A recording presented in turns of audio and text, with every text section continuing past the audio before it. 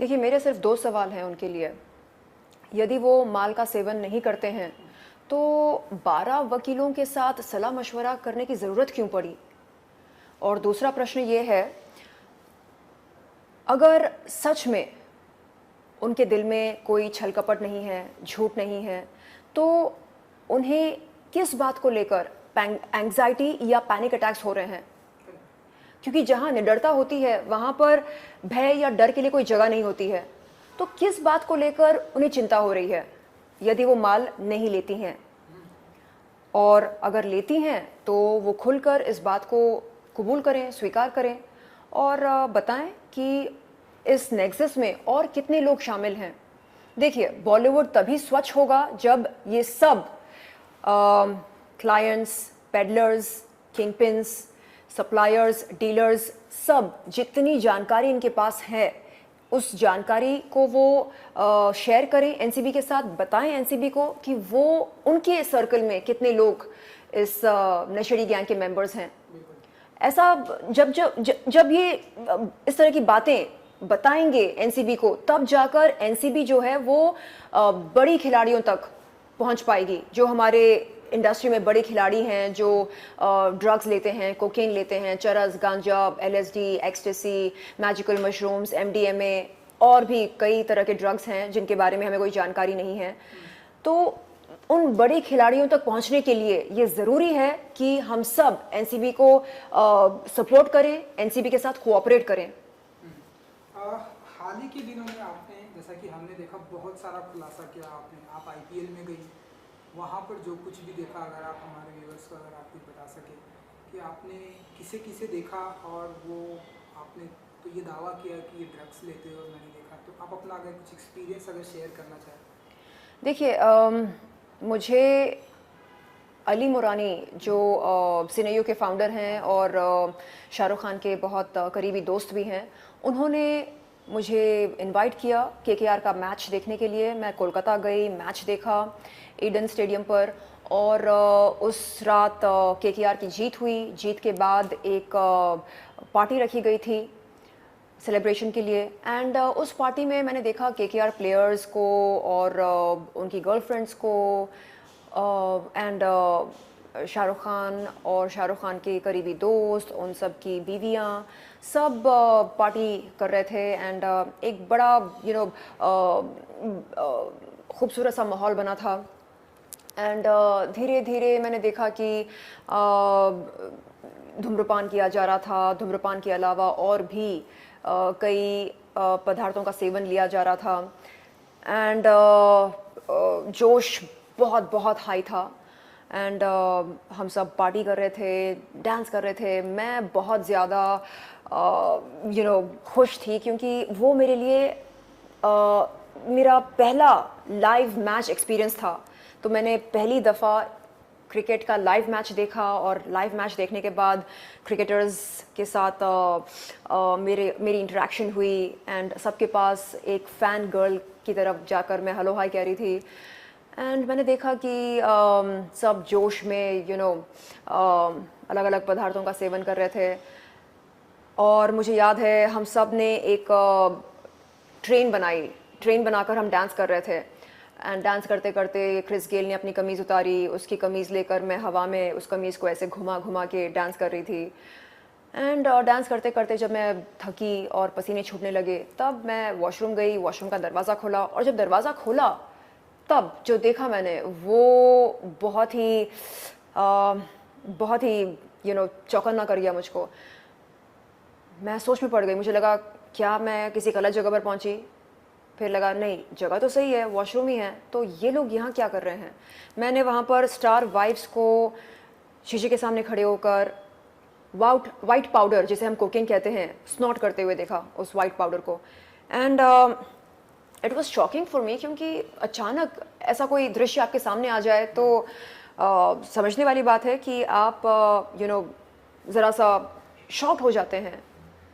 तो बिल्कुल वैसा ही रिएक्शन था मेरा एंड जैसे तैसे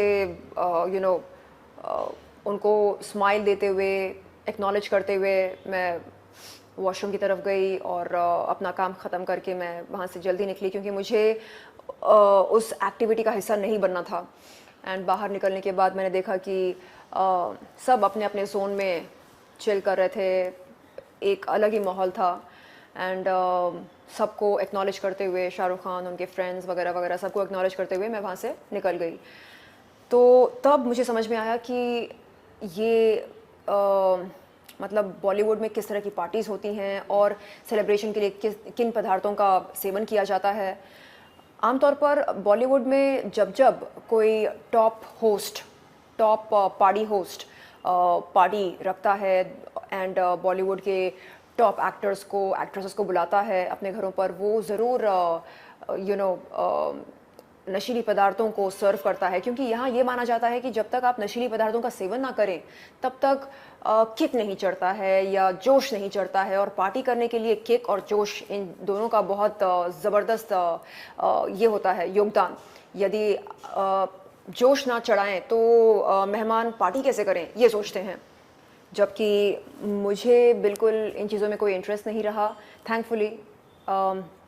ये बात मैं स्वीकार करना चाहूँगी कि मैं पहले एक चेन स्मोकर हुआ करती थी। मैंने 15, 16 या शायद 17 साल लगातार चेन स्मोकिंग की। उसके बाद 2017 में एक ऐसा मोड़ आया अक्टूबर के महीने में, जब मैंने स्मोकिंग हमेशा के लिए छोड़ दिया। तब से लेकर आज तक मैंने कभी सिगरेट को छुआ नहीं, और मैं पैसिव स्मोकिंग भी नहीं करती हूँ। जो स्मोक करते हैं उनके आसपास नहीं बैठती हूँ मैं, क्योंकि मैंने ये कहा जा सकता है कि मेरा फिर से जन्म हुआ है। अब मैं नहीं चाहती कि मैं अपनी बॉडी को इम्प्योर करूं। एंड मार्च 2020 में मैंने सोशल ड्रिंकिंग करना गिव अप किया। तो आप समझ सकते हैं कि कैसे इस कीचड़ में रहकर मैं खुद को इस कीचड़ से दूर रख रही हूँ। एंड आई एम श्योर कि मेरी तरह और भी कई लोग होंगे जो धूम्रपान करना पसंद नहीं करते, शराब पीना पसंद नहीं करते, जो एक डिसिप्लिन लाइफ जीना पसंद करते हैं, व्यायाम करना पसंद करते हैं, वर्कआउट करना, चाहे वो योगा हो, जिम हो, मेडिटेशन हो। एंड मुझे लगता है कि ये जो मैसेज जा रहा है बॉलीवुड में, जो ड्रग कार्टेल या ड्रग सिंडिकेट की तरफ से मैसेज जा रहा है, ये बहुत ही गलत मैसेज है। देश के युवा को ड्रग नेक्सस अंधकार में ढकेल रही है। ये हमें बंद करना चाहिए। This is not the right way to live, this is not the right way to enjoy. क्योंकि आपने बताया कि आप एक चेन स्मोकर थी जी। एंड जब आपने उस पार्टी को देखा, आप उस वॉशरूम में गई, तो इस तरह के जोन से बाहर निकलना बहुत मुश्किल होता है जी। तो वहाँ पर आपने इन सारी चीज़ों को कैसे हैंडल किया? क्योंकि अमूमन होता है लोग उस दुनिया में चले जाते हैं जब आपके आसपास सारे लोग कोकीन ले रहे हैं, ड्रग्स ले रहे हैं, तो उस एरिया के सारे लोग से चलो हम भी थोड़ा ट्राई करते हैं। तो इस तरह के जोन से बाहर निकलना कितना टफ था आपके लिए?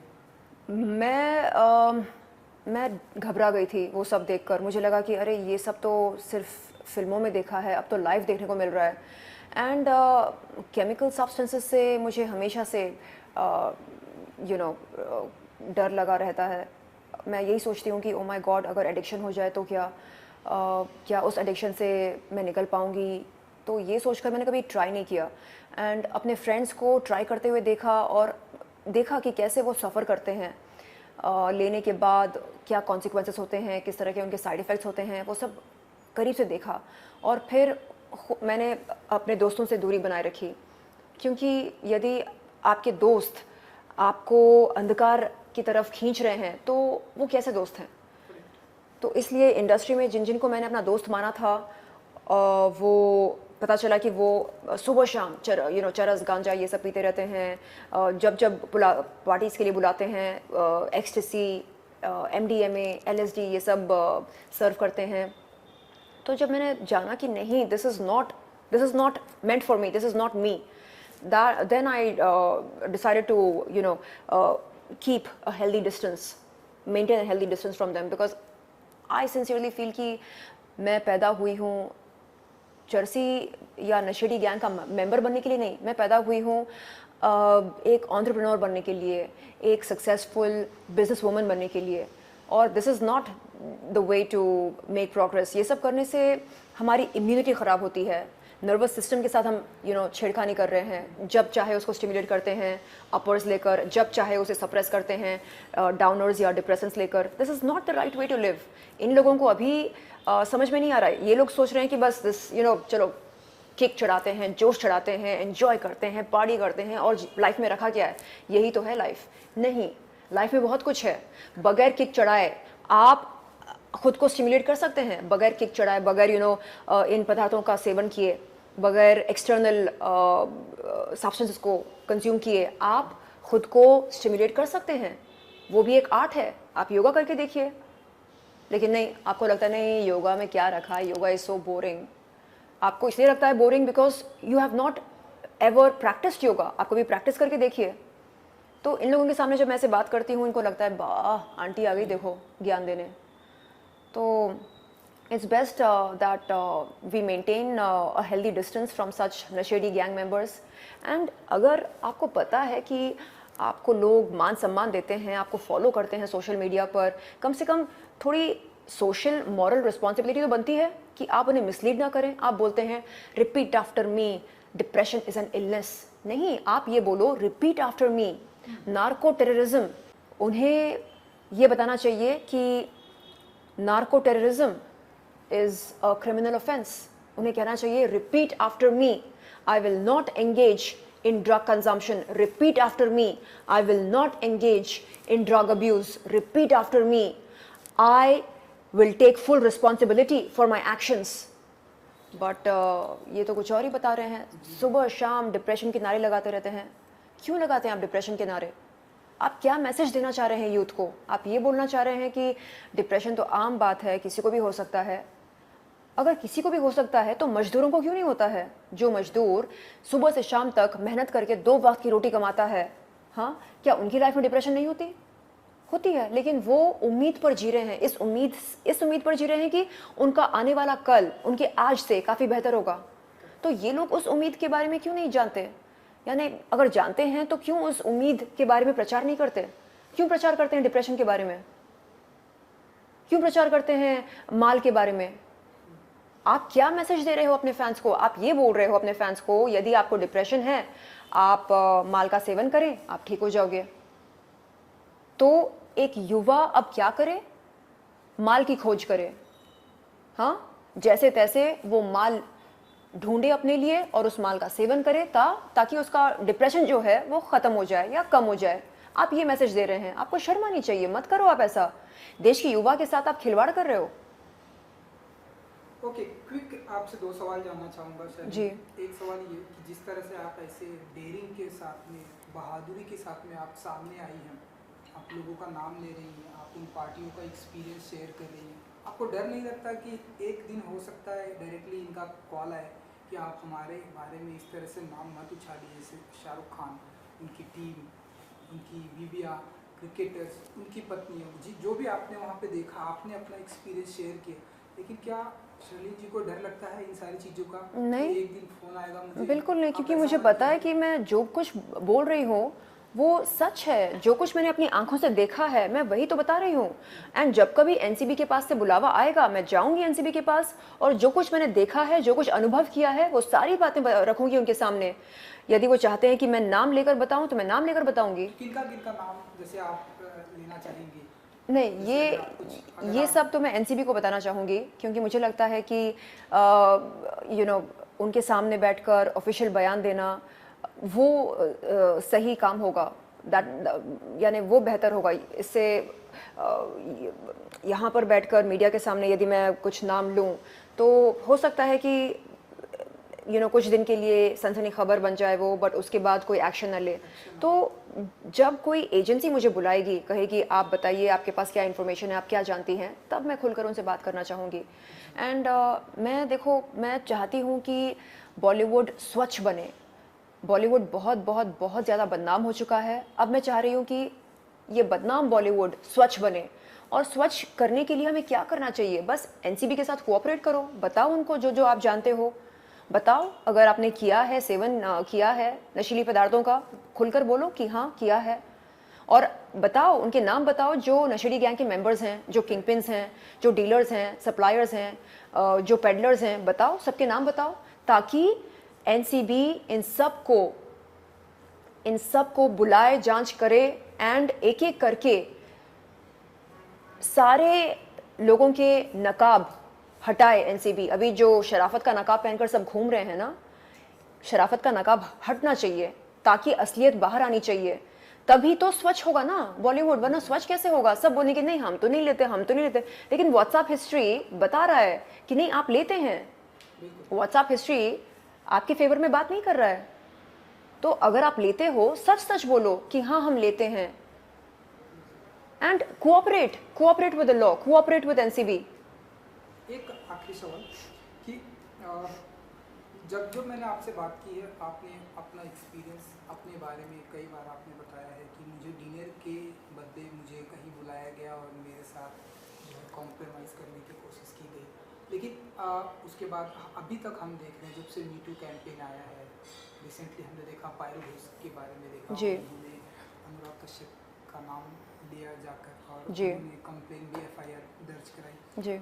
अभी तक आप उस शख्सियत का नाम नहीं ले रही हैं कि जिन्होंने आपको डिनर पे बुलाया और आपके साथ में बताया कि आपको हमारे साथ कॉम्प्रोमाइज़ करना पड़ेगा। क्या डर लग रहा है शर्लिन जी को? बिल्कुल नहीं। तो आप नाम नहीं, ले मैंने लीजिए। मैंने नाम लिए हैं। Okay. जब उनसे पूछा गया कि बताइए वो कौन लोग थे जिन्होंने आपको डिनर का प्रस्ताव रखा आपके सामने, मैं हमेशा बताती हूँ। मैंने पिछले साल ये बताया था कि क्वान के जो फाउंडर हैं अनिर्बन, उन्होंने अपने ऑफिस पर बुलाया और मैं गई उनसे मिलने। मैं देखो ये सोच कर गई थी कि वो दीपिका पादुकोण के मैनेजर हैं, ये सोच कर गई थी कि वो एक जेन्युइन टैलेंट मैनेजर हैं, एक रिस्पेक्टफुल इंसान होंगे, लेकिन वो मेरे एक्सपेक्टेशंस पर खरे नहीं उतरे। उन्होंने बहुत ही घटिया बात रखी मेरे सामने, पूछा कि अच्छा आपके ब्रेस्ट रियल हैं या नहीं। ये बात आप ये जो बात है आप जी। कि आपके ब्रेस्ट रियल है या नहीं, तो जी। ये तो टोटली मतलब आपको एक कंप्लेन करनी चाहिए पुलिस नहीं, मैंने में उसी कि टाइम उनसे आपको- कहा कि शर्म आनी चाहिए, आप पिंप हो, आप दर्जी हो, कौन हो आप? मेरे ब्रेस्ट रियल हैं नहीं है, मेरा कप साइज क्या है, व्हाट इज दिस? इन सवालों का मेरे करियर के साथ या मेरे फ्यूचर के साथ क्या ताल्लुक है? तो नहीं नहीं आप बुरा मान रहे हो। मैंने कहा ये बुरा मानने ऐसे वाली लोगों बात है। के खिलाफ आपका कंप्लेन, आपको नहीं लगता कि ऐसे लोगों के खिलाफ शर्लिन जी को स्टैंड नो लेना तो चाहिए? ऐसे इन्हें ऐसे जेल कई के लोग पीछे- हैं मेरे लिस्ट में, कई लोग ऐसे हैं। सारे लोगों को नहीं, जेल के पीछे जाना तो चाहिए आज। बिल्कुल मैं कह रही हूँ कि किन किन के खिलाफ मैं कंप्लेन करूं, किन किन के खिलाफ मैं जाकर शिकायत दर्ज करूं। इंडस्ट्री में अधिकतर लोग ऐसे ही होते हैं, मतलब इस तरह के घिनौने सवाल रखते हैं सामने। आपका ब्रेस्ट साइज क्या है, ये रियल है या फेक है? अबे चूजे, तू कौन है? तू टैलेंट मैनेजर है, दर्जी है, पिंप है? पहले ये तो क्लियर कर दे। करेक्ट। मुझे बोलते हैं you know I am in an open marriage. तो इसका मतलब क्या है? नो मतलब मैं और मेरी बीवी हम माइंड नहीं करते। तो मैं क्या करूं? यानी क्यों मुझे ये सब बता रहे हो? क्या तुमने ये सब बताया दीपिका पादुकोण को? उनको जब बुलाते हो ऑफिस पर, जब उनके साथ इंटरेक्शन करते हो, हाँ, तब ये सारी बातें रखते हो उनके सामने, बोलते हो उनसे कि मैडम आपका ब्रेस्ट साइज क्या है, कप साइज क्या है? हाँ, उनके साथ इस तरह की बातें नहीं करते। हम हमारे साथ क्यों कर रहे हो? आपको क्या लगता है कि हम स्ट्रगलर हैं और आप किंग मेकर या क्वीन मेकर हैं? तो आई सेड शर्म करो। एंड नहीं नहीं आप बुरा मान रहे हो, आप यू नो राई का पहाड़ बना रहे हो। राई का पहाड़ बनाना क्या है ये सब? टैलेंट मैनेजर हो, टैलेंट मैनेजर की तरह बात करो। पूछो मुझसे कि आपने क्या क्या काम किए हैं as an actor, as an artist. आपको क्या लाइफ में क्या करना है, किस दिशा में आगे बढ़ना है, आपको किस तरह की फिल्में करनी हैं, किस तरह के प्रोजेक्ट्स करने हैं, कि आपको एंडोर्समेंट्स करने हैं, एडवर्टाइजमेंट्स करने हैं, ये वो, इस तरह की बातें करो। आप तो पिंप हो। ऑलराइट, सो अपने जाते जाते अपने ये जो हमारी बॉलीवुड इंडस्ट्री में जो कुछ भी चल रहा है, जल्द ही क्या कुछ इसका कंक्लूजन आना चाहिए शर्लिन जी के अनुसार?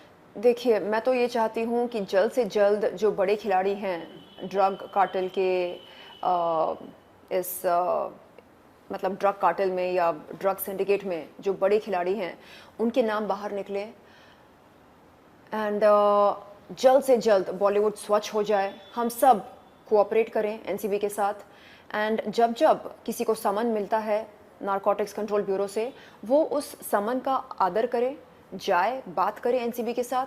जो जो जानकारी उसके पास है वो जानकारी खुलकर रखे एनसीबी के सामने, ताकि एनसीबी इस नेक्सस को ख़त्म कर सके